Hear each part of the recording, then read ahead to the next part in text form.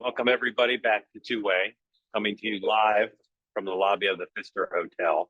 It's one of the nicest and oldest hotels that we walk in. Happens to be where President Trump is staying during the convention. So he's upstairs, as far as I know, in this hotel. And we're coming to you at a time, first day of the convention, where there's a lot of news. I'm going to run through some things, starting with JD Vance, some news about Joe Biden, the Cannon ruling, new polls, and then, as always, we'll take your questions.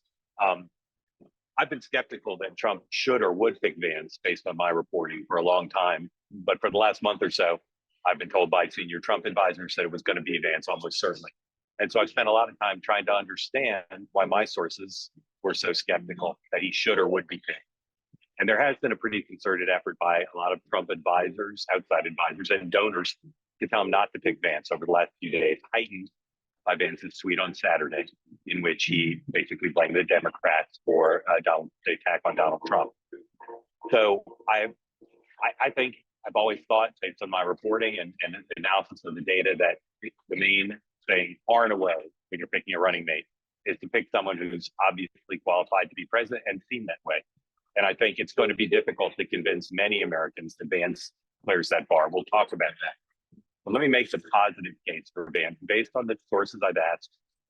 That includes Vance supporters and people very skeptical of Vance. But I pressed those people who are Republicans, whether they're strategists or donors in Trump's orbit. I pressed them to tell me, what's the case for Vance? Why does this make sense? A lot of the things on the list are about politics. They're not about governing. But let me run through the list. And it starts with Trump's very comfortable with him. Don Jr.'s good friends with him. There's just a high degree of trust in him, esprit with him. And of course, coming out of the Mike Pence experience, Donald Trump was looking for someone that he would get along with and could trust. The main reason that Vance is appealing, as I understand it from my reporting, to the Trump world and to Donald Trump, is he speaks on an emotional level to the rural and ex-urban voters who got Donald Trump elected in 2016, with whom he fell off a bit in 2020, arguably costing him re-election, and where the Republican Party can dominate. They believe Vance, we talk all the time here, that politics is not about issues, presidential politics, so much as it is about emotion and a visceral reaction. They believe Vance is as good as anyone in the party at speaking to the aspirations and concerns of those voters. And they, as you all know, there are a ton of those voters in Michigan, Pennsylvania, and Wisconsin. So Vance is a play for those voters, particularly in those three states. There's some appeal, they believe, to suburban votes based on his bio, based on the fact that he's a young suburban dad. But that's secondary on the electoral front to the rural and exurban.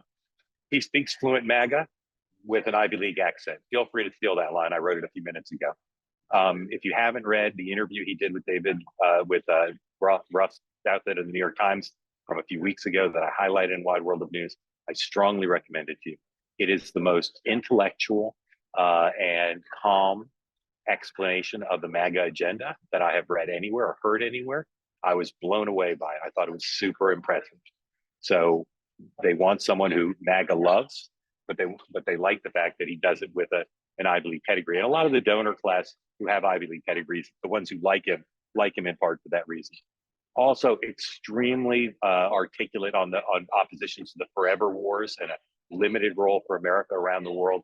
That's also super important to MAGA, but don't forget, there are elements of the Trump agenda that are often cast as MAGA only, and that is not one of them. That has appealed to Bernie Sanders supporters, to Kennedy supporters, to a lot of Democrats and people in this country who believe that the forever wars are just a massive mistake.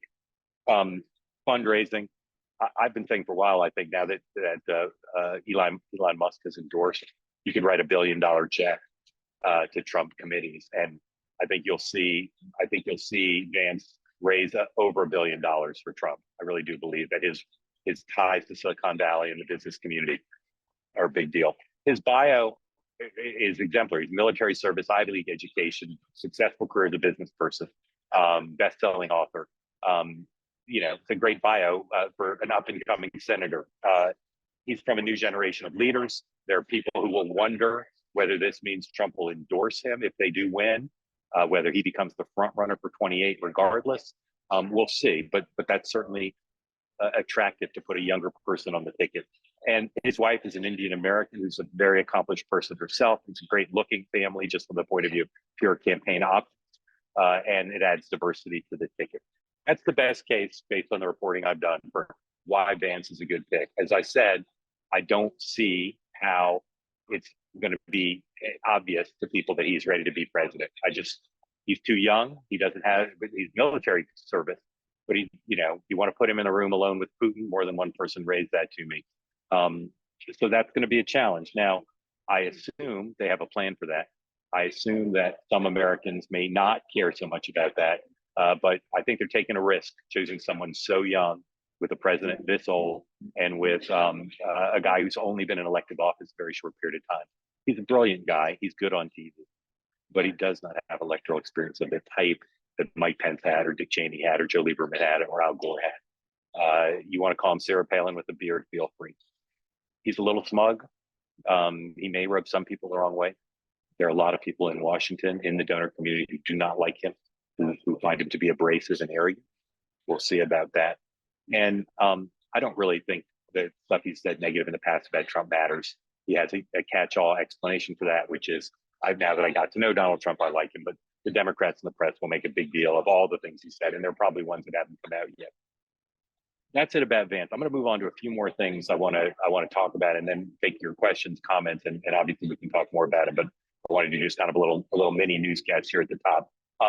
Expect Donald Trump to come into the hall tonight, not to speak probably, but to simply bathe in his first public appearance since he was attacked. It'll be a pretty big moment. My guess is Vance will be there too. The Cannon ruling, I heard from a lot of Democrats very disappointed, calling it political, saying the timing was suspect. In all honesty, it's not a crazy ruling. That is a constitutional question. You may agree with it or disagree with it, but having a special counsel who's not confirmed by the Senate, it's a perfectly reasonable legal position. The reality is, if this were a special counsel going after a Republican president, I think you'd know a lot more than most of you do about Jack Smith's history of screwing up big prosecutions. And it may or may not be upheld, but if Trump wins, the case is going to get thrown out. It wasn't on track to be tried before the election anyway. So in terms of impacting the election, I think it only will go back to creating momentum for Trump that the prosecutions were, in a very broad stroke way, illegitimate. But again, I urge you, if you're disappointed in Judge Cannon, I think this ruling, is on more solid ground than some of the other things she did. But I'll say again, as I've said from that case from the beginning, independent of the question of whether an outside counsel who's not confirmed by the Senate is constitutional, you really have to recognize that a case with this much national security evidence, so-called gray mail issues of how to deal with it, was never going to happen before the election. It's simply impossible to fast track these kind of cases. And in fact, it was sort of moving more quickly than most cases like this would. New polls out today from the New York Times in Virginia, where Trump's down only 3, in Pennsylvania, where he's up 3. Harris does a little bit better than Biden, but not much. I think those polls are in line with from the private data. Again, Trump's leads in some of these states are not huge, but as we said before, they're durable. And both those polls were conducted before the shooting, which we assume will not help Biden. They might help Trump, they might not. But those are significant polls that will be seen as discouraging for the Democrats to see Biden yet again down, small lead, but persistently, and again, Virginia being close. I think there's 3 things now that could potentially cause Joe Biden to consider whether he should stay as the nominee. Again, I have no indication he's wavering at all in any serious way. One would be if he started to lose Black vote and Black leadership support. No indication of that. He's going to speak to the NAACP tomorrow. He's going to do an interview with the Black broadcaster. They're watching that closely. Any Democrat on the ropes needs to make sure their Black support stays strong. Second is if Nancy Pelosi leads a concerted effort to try to get him to step down, possible. The last thing is money. And we only see opaquely through the glass darkly here as to how that's going, both small dollar, where there's been reporting that it's fallen off, and big, large dollar.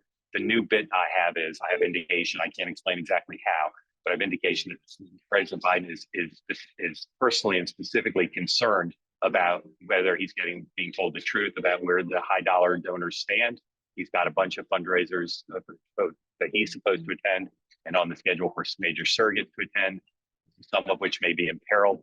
But if he finds that the fundraising is drying up, that could cause him to reconsider. He can run a campaign, on a shoestring and be outspent. But if it's going to crater, that may cause him to reconsider. And as I said, I know that he's personally concerned and spending time trying to investigate where does the large dollar fundraising actually stand. Lastly, as far as I know, there's no new information on the motive of the shooter, whether he acted alone.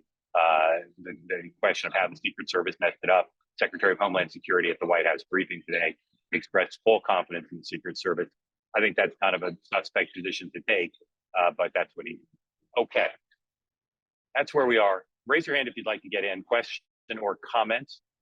If you have any personal experience with JD Vance, I'd love for you to raise your hand to talk about that, and you can bring up any of the topics I raised or anything else you'd like. We'll talk for a little bit here as long as folks have questions. So, Charles, unmute, ask away or talk away. Afternoon, Mark. So a couple of first off on the constitutionality of the special prosecutor and the Judge Karen case. I'm doing some research into why it's not constitutional. I pulled up the Article 2, Section 2 mentioned. The Special Counsel Act looks like it qualifies. I'm trying to look at this with an open lens, but I'd be more than happy to see what her argument is. I'm halfway through her decision, but that's what I have to say about that. On the Vance, wait a minute, hold on. Are you a lawyer? Almost. You don't have to be. Almost. I mean, I'm not a lawyer, but all I can tell you is, if I were prosecuted by Jack Smith, who was not confirmed by the Senate, I'd challenge it too. And if there are lawyers in the call who want to engage, great. But I don't think it's a crazy position. It might be overturned eventually, but I don't think it's a crazy position to my layperson's view. Go ahead on Vance. On Vance, I'm struggling to see what the advantage to appointing him was. Was it unity in speaking MAGA? What kind of vote? Did you hear my list? I heard your list, but I mean, some of these rural and exurban voters didn't turn out in 20, and it's to galvanize the MAGA folks who might hear him and his younger voice, his different voice. We want the other bearded guy up now, not that bearded guy. They have pretty substantial focus group and polling research that suggests that Vance has the capacity to appeal to that group of voters and to turn them out. Remember, a lot of the Trump voters are the less engaged voters. It's one of the things that the Biden people have hung their hat on, along with abortion and democracy, that they do better with the voters who are more engaged, including older voters. Vance, they believe, has an emotional appeal to turn out some of these folks who are Trump voters if they vote, but won't necessarily vote. And they believe Vance can turn them out. In the end, I guess they have the more expert analysis, but just it's my instinct that I think he had those people anyway, but I guess it's a matter of turnout. You're right. He has them if they vote, but the question is, can Vance do some bus trips around those 3 states? Remember, if they win one of the 3 blue wall states, they win. And they believe Vance getting on a bus, doing these states, is going to turn people out. And if you look at what happened in 2016 to allow Trump to win, it was not just high turnout in those areas, but overwhelming support in rural and exurban areas in the 3 blue wall states. And they think Vance just supercharges that. And there's one person in particular in Trump world who is just an evangelist about this. This person describes Vance almost in magical terms, and the appeal this person believes he will have to those voters. All right. Looking forward to the analysis. All right, Charles, thank you. Mr. Cole, I'm going to unmute you as soon as I find your button here. Go ahead, William Cole, go ahead. Counselor, yes, you'll tell me my legal analysis is wrong, probably. No, I really haven't paid all that much attention to the ins and outs of that, although I am a lawyer. I like dealing with the facts rather than the law. But anyway, leaving that aside, doesn't this indicate to every foreign policy nerd or everybody who's interested in this issue that that's the end of NATO? That's the end of our support for the Ukraine? I got to strongly disagree with you. They don't oppose NATO. What they oppose is 2 things. One is the NATO allies not paying their fair share, and they oppose a mission for NATO that's outdated. They're not against NATO at all. And I would argue that they're trying to save NATO and get NATO in line with the expectations and willingness of the American people to continue to support being in an alliance that doesn't seem relevant to many. Well, but doesn't this indicate that Putin will be allowed to take over Ukraine and perhaps even other No, parts of Europe? No. Look, I think what will happen specifically on Ukraine is that Donald Trump will work quickly to impose on the parties the settlement that every reasonable person has realized is going to happen for quite some time, which is keeps Crimea, keeps part of the East, no NATO membership, integration in the West, into more of the West in terms of the economy, and that's that. And if you think that NATO or Zelensky is ever going to get a better deal than that, I don't know anyone who's in the region and realistic thinks that that's the case. And I think that's what Trump will impose. So is that losing Ukraine, or is that bending to the realistic reality that on Obama's watch, they took Crimea, and that the people in the areas where Putin is now going to take over are largely affiliated with Russian culturally in terms of language, and the people who don't like it are going to move to the West. How about the EU? I think they'll be integrated into the EU, but not to NATO. Well, isn't that why Putin got very angry a few years ago, is when they started moving towards EU? That's what he'll have to give up in exchange for getting all that land. Okay. You're the first person who's explained this to me.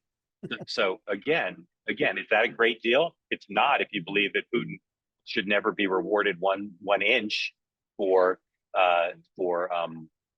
invading another country. But the war doesn't seem to be going well. As I've said many times, there are only two circumstances under which Zelensky won't come to the table under President Biden: when the war is going well, because he doesn't want to lose momentum, or when the war is going poorly, because he doesn't want to make a deal on bad terms.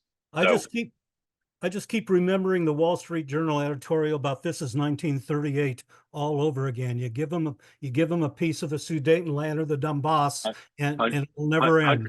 100%. But you know what? We've had two presidents who let him stay in Crimea. So unfortunately, the precedent's been set. And if you want the war to go on forever and the entire country to be destroyed, we can do that. But that's not what I think Trump intends. So is that a better or worse outcome than what we have if Biden was reelected? I don't know. I think it's at least arguably a better outcome. Thank you. Thank you. Dan Altman, go ahead, unmute. Thanks, Mark. Okay, thanks, Mark. Very helpful as always. So given that we have this unusual situation where both candidates are lame ducks, how quickly do you think the mainstream media will focus on who's going to be the president in 2028? So we get past this election, presumably Trump wins. How quickly is the focus going to be on the new candidates? And do you see a JD Vance, Don, or a Trump Jr. Ticket as being the leader for 2028? I don't know that Don will ever run for president. I don't know how well he would do. I mean, JD Vance would certainly be in a position. He wants to be president. He'll be vice president. I think he'll work very hard to get along with Trump and not do anything to alienate him. Whether he can consolidate things in a way like when Al Gore ran in 2000, he wasn't challenged except by Bill Bradley. Will he be able to consolidate? I think he has a decent chance to. I think if Trump wins, as I said before, I think half the country is going to have severe mental breakdown. And I think that's going to require a lot of press attention. I think what Trump does will require a lot of press attention. If you look at the history of lame ducks, people don't really move towards covering the other stuff for a while. I think it's also an open question of how quickly the next generation of Democrats and other Republicans besides Vance start to go to the early stage, start to give speeches and, prominence, whatever. That will drive it as much as anything. And I just don't know how quickly that would happen. As I've said here before, I think the Democrats have some stars, but I think the notion that they have this extraordinary field of next generation candidates, it's just wrong because most of them are extremely untested.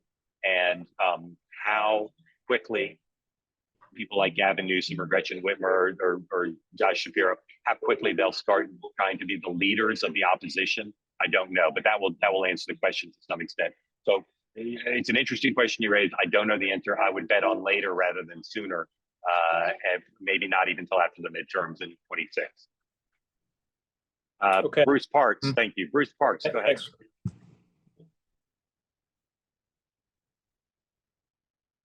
Thanks, Mark. Just two things. One, I think that Vance is a brilliant choice. I've long been an advocate of putting him into that position. I think he brings. Tell us why. Oh, because for a couple of reasons. One, I mean, because he has a military background, he's got a business background, he has a legal background, he has a political background, and he's, by all accounts, a very smart guy. So I'm just delighted to see him there. I think putting someone that young into a position where he can get the handle on the wheels of power and learn how things are done and develop himself personally, I think is a wonderful opportunity. That's really well said. Are you willing to put him in a room with Putin tomorrow? Probably not tomorrow, but I wouldn't be afraid of that at all. I mean, I think he could come up to speed fairly quickly. I mean, if you put someone in who doesn't have the natural intellectual capacity, I think you'd be in a real world of hurt. But I think taking someone as bright as Vance is, you know, he'd figure out how to do it, just like Jack Kennedy figured out how to do it. And as far as Biden is concerned, I think that they just ought to allow Biden to run. I mean, no matter what happens, he's going to lose. So let him run. It gets rid of the problem of Harris, naming another candidate, and all that stuff just sort of goes away. So that would be my thinking. Just let him run. You know, follow Bob Dole example and do what they can with it, accept the loss, and go on to the next round. Are you a Trump voter? Absolutely. Did you vote for him the two previous times? I'm sorry, say again? Did you vote for him in 16 and 20 also? I did, yes. Yeah. And are you certain that your friends and neighbors and colleagues will think Vance is ready to be president? The ones who haven't studied him as you have? Boy, I couldn't answer that. I really don't know. I think if I had a discussion with them, I think that I could persuade them that that's the case. But most of my friends are on a different political spectrum than I am, but we're still friends. So, you know, that's okay. Bruce, thank you for that. Very eloquent. It might recommend you to the Trump campaign to put you in a spot for JD Vance. Thank you. Stephen, unmute, please. Thank you, Bruce. Stephen, go ahead. Thank you, Mark. Good afternoon. Very much enjoying these two-way conversations. So thank you for bringing us all together. Stephen, how did you find two-way? I follow you on Twitter. Got it. Thank you. X. Excuse me. Yeah. Hard habits are hard to break. You have referenced in some of your past correspondences the hierarchy of the Democratic Party is concerned with their internal polling relative Biden versus Trump.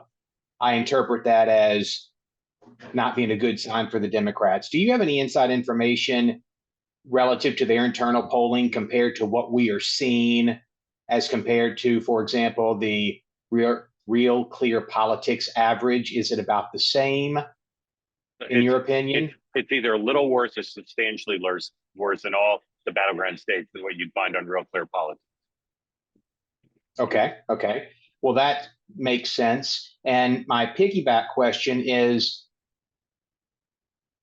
Trump's got a lot of momentum.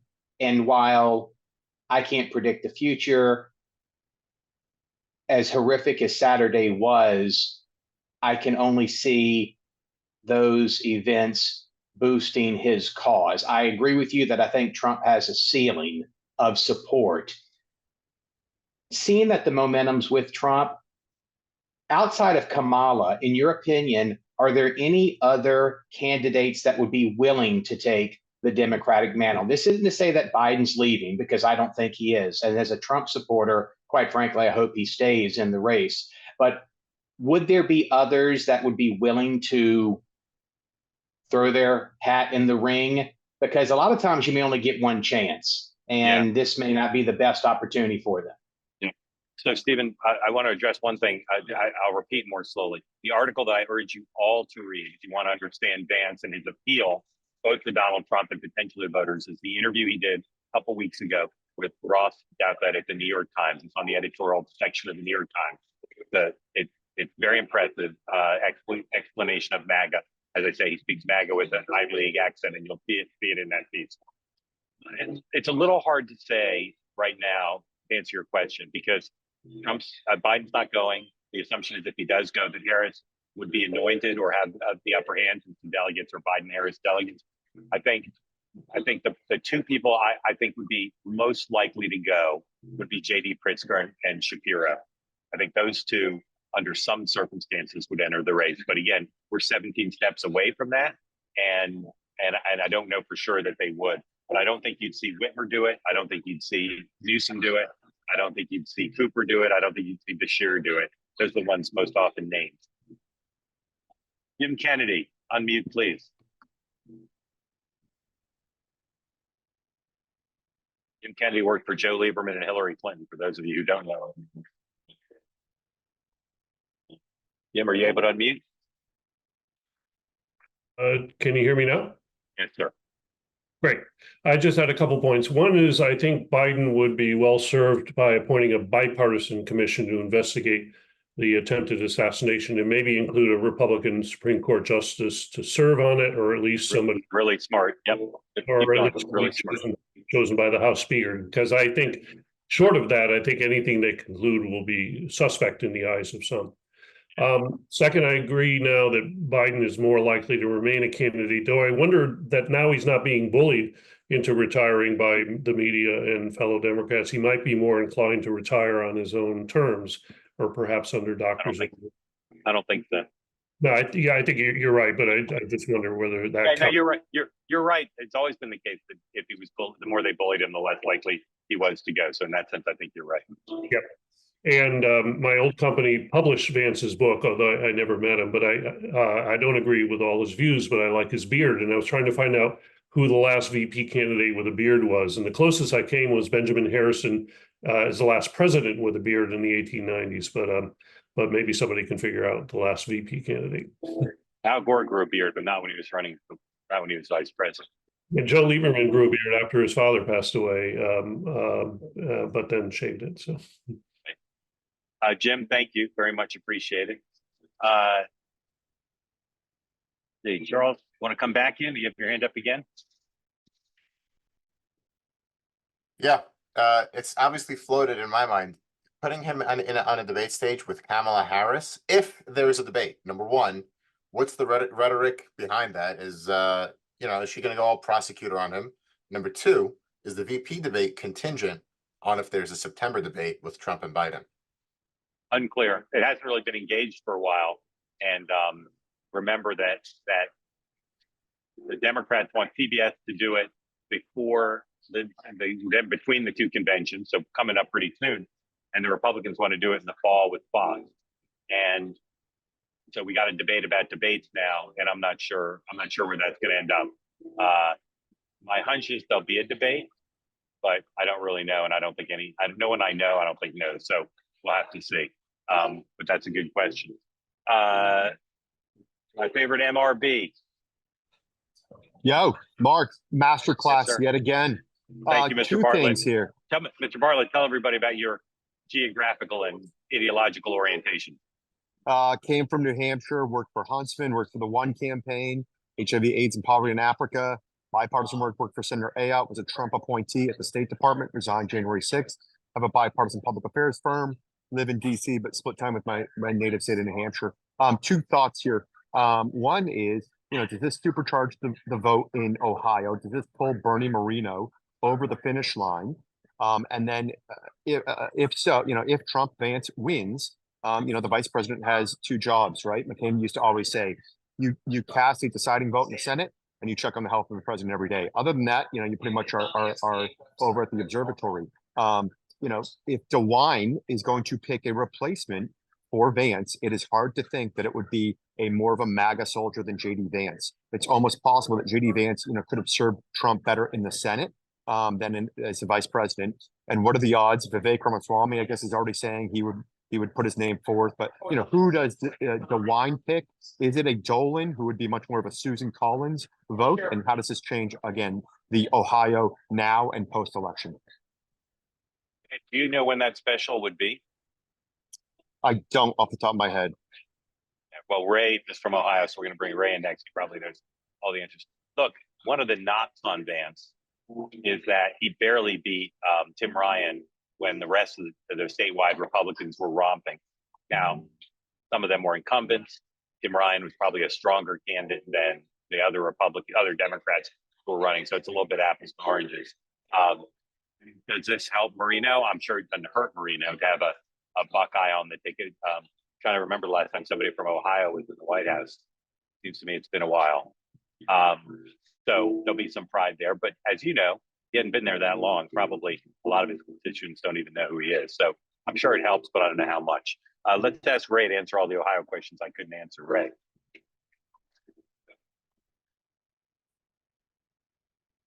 Ray, did you unmute? Somebody can help me ask Ray to unmute because I've lost him on my screen here. Can you hear me? There you go, Ray. Okay, Yes, there. sir. Go ahead.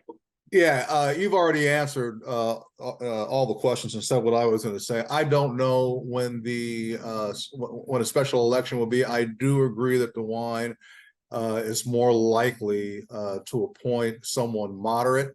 He is not held in high regard in the state house, which is got a Republican supermajority. You talking about Vance now or DeWine? DeWine is not held in regard in the state house at all. So I don't think that any pressure the state house would bear to have a real MAGA type person, have him appoint a MAGA type person would matter much. And I think he'll go somebody who's very moderate. Okay, so that could mean what's his name who ran for last time and this time. The guy whose family owns the Indians. I've wiped them out of my mind because I've never been very impressed with them. Dolan. Dolan. Dolan's It could be the one. someone like Dolan. I mean, we don't know what the culture in the Senate will be, right? How will Susan Collins, if Trump wins, how will Susan Collins and Lisa Murkowski approach the Trump agenda?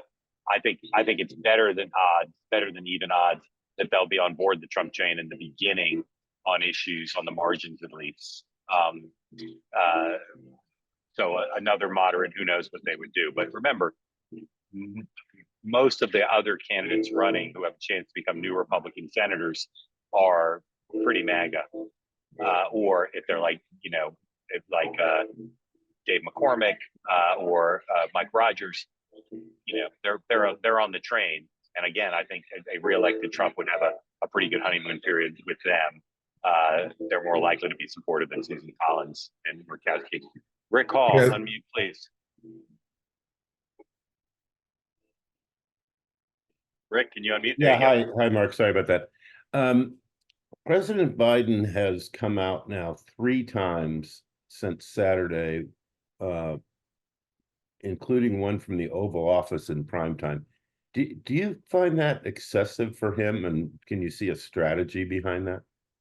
I don't find it excessive because the Republican nominee and former president was almost killed, assuming you believe he was hit by a bullet and not by glass, almost killed under the watch of the Secret Service that Joe Biden's in charge of. In addition, Joe Biden, if he's got some sort of path to coming back here, part of it involves people seeing him being a good president, an effective president. And so I think he had to speak the first day because you have to speak the first day. He had to speak after the briefing because he just got in his first briefing.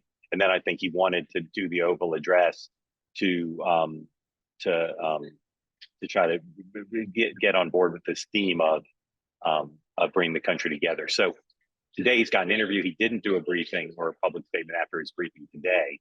So I think you can explain each of those instances the way I did, and because the necessity of being seen as being presidential, so I don't think the 3 in totality are out of line at all. And I'd like to, we'll have to wait and see what he does. And I'm sure a certain amount of the Lester Holt questions are going to be on this topic too. So he'll be out there talking about it again. Rick, anything else, or that all good? No, that's a great explanation. I was just wondering if anybody else thinks that he's trying to cover for all the nasty stuff he said about him. Well, he's got to take it back, you know, and particularly because he said the other day it's time to put Trump in the, I forget what he said, the bullseye or the crosshairs. So they want to be on record. It's one thing to record on call that. somebody old and forgetful. It's another thing to call him a fascist. Yeah. Well, that was the message until Saturday. Anybody else have questions or comments? All right. I see Al Chang hand up. Al, come on camera if you can, but certainly unmute. There you go. Ask you to unmute, Al. Yeah, There can you you go. hear me? Okay. Yes, sir. I read a little about the JD Vance. He's very articulate. The only thing I'd seen him on TV was, he seemed a little bit more of like a, bomb thrower piece, but I think it's I guess my question is that, given that the campaign so far has been very much focused on, he's a fascist, he's a dictator, he's a, felon, those types of things. Do you think, but without those, what does the campaign have? In terms of like, Trump and his accomplishments, Joe Scarborough was here like a couple of 2 ways ago. And I thought it was really interesting because it's like, when he talks about inflation and he talks about immigration and what was the other one, crime, I think they're looking at statistics, but that's not what we feel on the ground. I mean, it's something that people can just see walking into the grocery store. Yes, inflation is down, but you can actually see that, if your disposable income was 10 or 15% of your income and the prices are up 25, 30% on all the things you can't avoid, which is insurance, energy, food.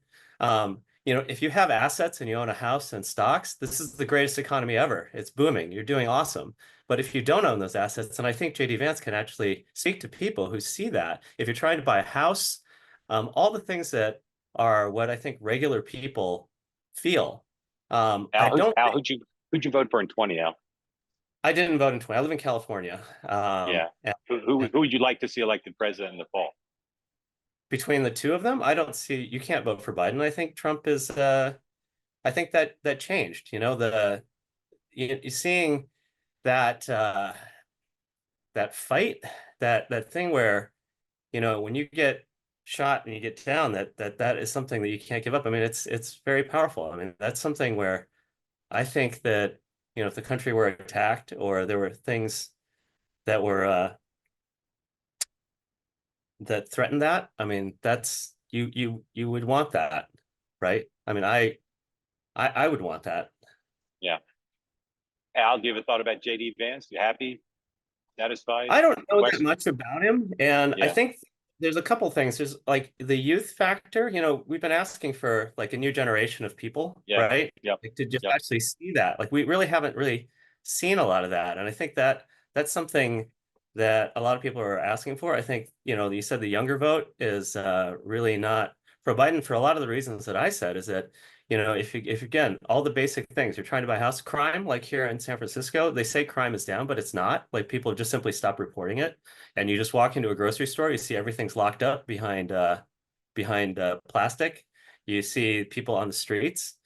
That's something you can just see with your eyes. And when we hear on TV that, oh, crime statistics are down, oh, inflation is down, there's things that I think there's a whole set of people that are not seen, that can just simply feel it, that when we see it on the news, it feels very, very disconnected. And so to the extent that he can connect to that, I think that's a lot. I think that alone, against another, I guess playing the contrast where you see somebody that's telling people about things that they don't feel. Same thing with immigration in some ways. Like if for some, it means that like you have a babysitter, you have people that will work for you, you have a lot of labor. I think Biden has to have that because otherwise inflation would go crazy. Like if you didn't have, I mean, if all of a sudden that labor disappeared, I think inflation would go nuts. But that's something that if you are in those states or you're feeling that people that your opportunities that, the rents are going up. We're not building houses. So you have something where if you have more people in the country and you don't have as many houses, that's something that's pushing up rent. And I think that's something that it's a very difficult for a lot of candidates to make the case for. And I Al, feel, thank you. yeah, I feel like Thank you. maybe JD Vance could make that case. Yep. And that would Yep. be powerful, Thank you, Al. Yep. Thank you, Al. That's great. David, go ahead. Thank you, Mark. Can you, in a general way, discuss the polls of the Senate candidates in the competitive races? They're running substantially ahead of Biden. We haven't seen that since maybe 2008. They track the presidential candidate within 1 or 2 or 3 points in the contested races. And if they do that again, the Democrats are going to really run into trouble. If they're able to separate themselves in all the contested races by 5, 6, 8 points, then they'll hang on to those seats. Yeah. So the private polling here matches the public polling. It's a Biden problem. It's not a Democratic problem to some extent. But I think we know too little about the Republican candidates, right? Particularly in the races where they're Democratic incumbents. You normally don't beat an incumbent with a B or C candidate. And I think we've seen that in Pennsylvania and Michigan in terms of fundraising, campaign trail performance, likely performance in the debates, the overall quality of the campaign. We see quality candidates in Pennsylvania against an incumbent, in Michigan against a very strong Democratic candidate for an open seat. I think in Ohio against an incumbent, in Montana against an incumbent, in Nevada against an incumbent, in Arizona against an open seat, and in Wisconsin against an incumbent.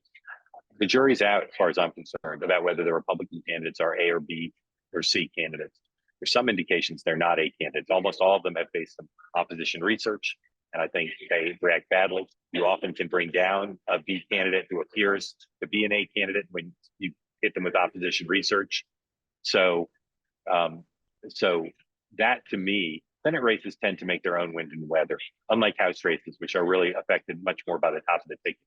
You can't outperform the top of the ticket by some number of votes, but as Susan Collins showed, even in a blue state, you can outperform the top of the ticket by enough to win, particularly if you're a better candidate and you're not complacent and you raise a lot of money.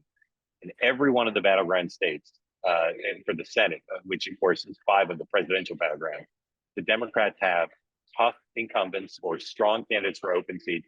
Arizona may end up being an exception, but he's run a good race so far. So no question, Biden's underperformance as compared to them worries those Senate campaigns. No question that, as I said, there's a certain gap beyond which even a strong Democratic Senate can't make up. But right now, to me, the biggest factor to watch and seeing how big the Republican majority will be is the quality of those Republican candidates. Outside of West Virginia, I would not bet my bicycle on Republicans winning any of the other contested races. People even say Montana? Montana would be first, but even Montana, because I think if you look at how the Republican nominee has handled opposition research, I just don't think he's been that good. And you've got in Tester a guy who works hard, no scandal, raising a lot of money. So, and particularly because if Biden does collapse and we have a Dole-like situation, those Senate candidates are going to have even more money. So Montana would be the most vulnerable. But until we see, that guy could end up being a D candidate. That guy could end up being Sharon Angle or O'Donnell in Delaware or Todd Aiken. I mean, you just don't know. And Tester's not giving up. Same with Brown. So look, Republicans could win them all, particularly if Biden collapses. Republicans could win every contested race, but they could also lose everyone as far as I'm concerned. And as I said, particularly where there's incumbents, it's hard to beat an incumbent. It just is. Now, the countervail, besides Biden's potential collapse, is it's very hard to win a state that's not won by the presidential candidate of your party. That used to be relatively common. Now it's almost unheard of. So they're going to have to overcome in some of the states. They're going to have to overcome that, particularly, again, if Biden's wiped out. And obviously, they'll have to overcome it in Ohio and Montana if they're going to win those races. Thank you for the question. Okay. One other thing. Yeah, go ahead. If I read correctly, and I may not have, I think there's a Senate race a year from November, an off time in Ohio.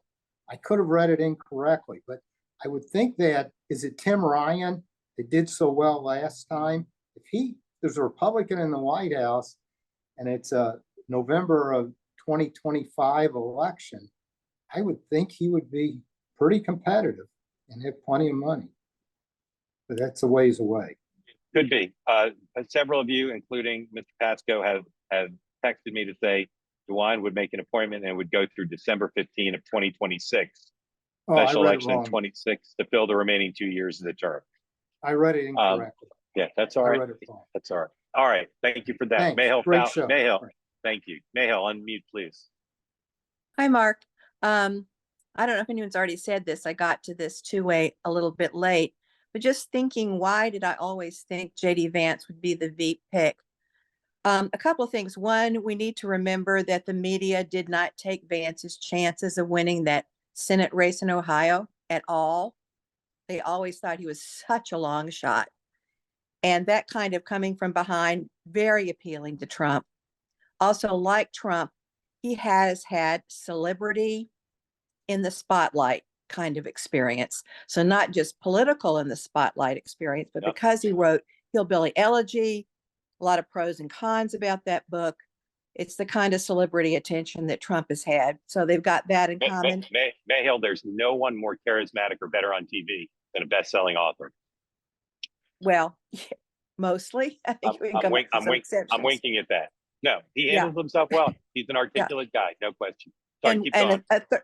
just a third point is that, he said some bad things about Trump and he wasn't for Trump at first and knocked him down. But, that takes balls and Trump appreciates that, They're both real sons of bitches. And I think this time around, maybe Trump thinks, I don't need the usual kind of old school Republican like Pence was. I can have my kind of guy. Yeah. Thank you, Mayhill. I want to do a couple things and then I'm going to call on Tyson. When I spoke about the ruling by Judge Cannon throwing out the entire case, the documents case, I failed to say something I should have said. I think the documents case, and I've said this since the beginning, of the 4 indictments, I think the documents case was easily the most legitimate, the most justified, particularly on the obstruction of justice portion of it. So I'm not speaking about the merits of whether Trump was guilty on the available evidence or whether he should have been prosecuted for that case. I'm speaking about what I think the perfectly reasonable position, which is an independent counsel, special counsel, who's not confirmed by the Senate, might be out of bounds. Number one. Number two, the Biden campaign first attempt to fundraise off of the Vance pick. They haven't been doing email solicitations because of the shooting. The first email is out, and I'll tell you what they highlight about Vance's record. Vance has supported a nationwide abortion ban and even criticized exceptions for rape and incest. He actually said, quote, 2 wrongs don't make a right. He's called Social Security and Medicare the biggest roadblocks to real fiscal sanity. That's something that's true, but they're attacking for it. He said women shouldn't stay in violent marriages. He admits he would have certified the election results. He wouldn't have certified the election results immediately on January 6th if he'd been vice president, and even said that he's, quote, skeptical that Pence was in danger. So that gives you some insight into where they'll go on that stuff. They don't say he's not qualified to be president. Maybe they feel their hands are tied because of Vice President Harris or some other reason, but it's an interesting omission to me. Tyler, unmute, please. Mark, thank you. Much appreciated.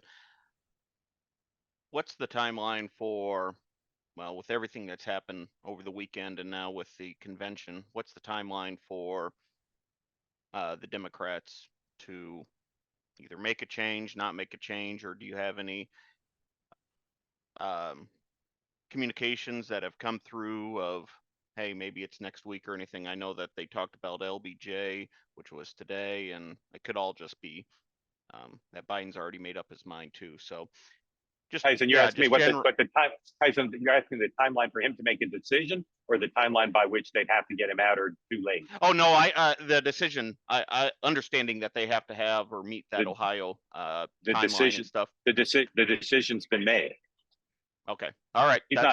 Despite what I reported earlier in this meeting, this episode about his concern about his fundraising, I have no indication from sources that he's reconsidering. He thinks he should be the nominee and he will be the nominee. And at least part of him thinks he's going to win. So we talked a little bit about being a betting person two ways ago, and understanding you're not a betting person. So your probability is pretty high, or are you thinking that you would pretty high that it's going to be Biden, Trump then upcoming? As of now, I'm pretty confident. Yeah. Okay. All right. Just Yeah. checking. Okay. Tyson, thank you. Charles, I'm going to unmute you again, but you're going to have to agree to take a co-host credit for the episode. If you're not in agreement, I'll unmute you. Charles, over to you. Mark, I have an application in to be a creator on two-way. I'm just letting you know that. Okay, go ahead. On this point, first off, on this call, there was an update came through. Secretary Mayorkas granted RFK Secret Service protection. That's first off. Thank you for that. I love when people bring news to the episode, so thank you. Got it. Second off, when it comes to the Veep stakes, it's what kind of role do you see Trump giving over to Vance to sort of prove himself? Kamala had the voting rights and immigration. What kind of, I mean, Trump didn't really give Pence anything besides for, what was it, investigating voter integrity. We gave him COVID. Yeah, and that turned out, I mean, yeah, voter integrity and COVID. You mean, are you asking me what Vance's like areas of special responsibility will be if they win? Yeah, sure. I mean, I don't see Trump giving might be the economy, might be national security. Those would probably be the two I would guess, but I think it's too soon to say. Trump probably doesn't even know. I mean, yeah, given his work in the Senate, I mean, he hasn't even done things that was of any substance to give him. To put him in charge of railroad derailments. How about that? You see, I mean, he may be so theatrical to go after someone like Boeing, but of substance, there's nothing in the Senate that proves him. We'll see. Nothing in the Constitution says he has to give him a role like that. And so maybe he won't. I actually want to run you by the Constitution. I put through the decision of Judge Cannon and the Special Counsel Act into ChatGPT. The appointment of the special counsel and the funding of the special counsel is in questionable constitutionality per the ruling. There you go. Yeah. Thank you. Jerry Austin, I tried to unmute you, but I couldn't find your screen name, and I apologize for that. We're going to end. I'm going to show you a little bit about what's going on here in the lobby of the Pfister Hotel. This is my expert camera work. I'm just rotating around here. This is where Donald Trump is staying. You can see the scene here in the bar of the Pfister, where I broadcast live. I believe I'm the only one broadcasting live currently from the Pfister. Let's spin around and show you what's going on here. I hope that was a good video experience for you. We'll be back tomorrow, 8:30 Eastern time for the morning meeting. For those of you who didn't join today, I hope you'll join tomorrow. I hope the ones who did join will rejoin. Again, that's Monday through Friday, 8:30 a.m. Eastern time. And we may be back tomorrow night. I'll be in the convention hall this evening and every night this week. And I hope to bring you both live and recorded some special stuff from there. Grateful for those who participated. Jerry Austin will figure out our issues for the next episode. Thank you all. Have a good evening.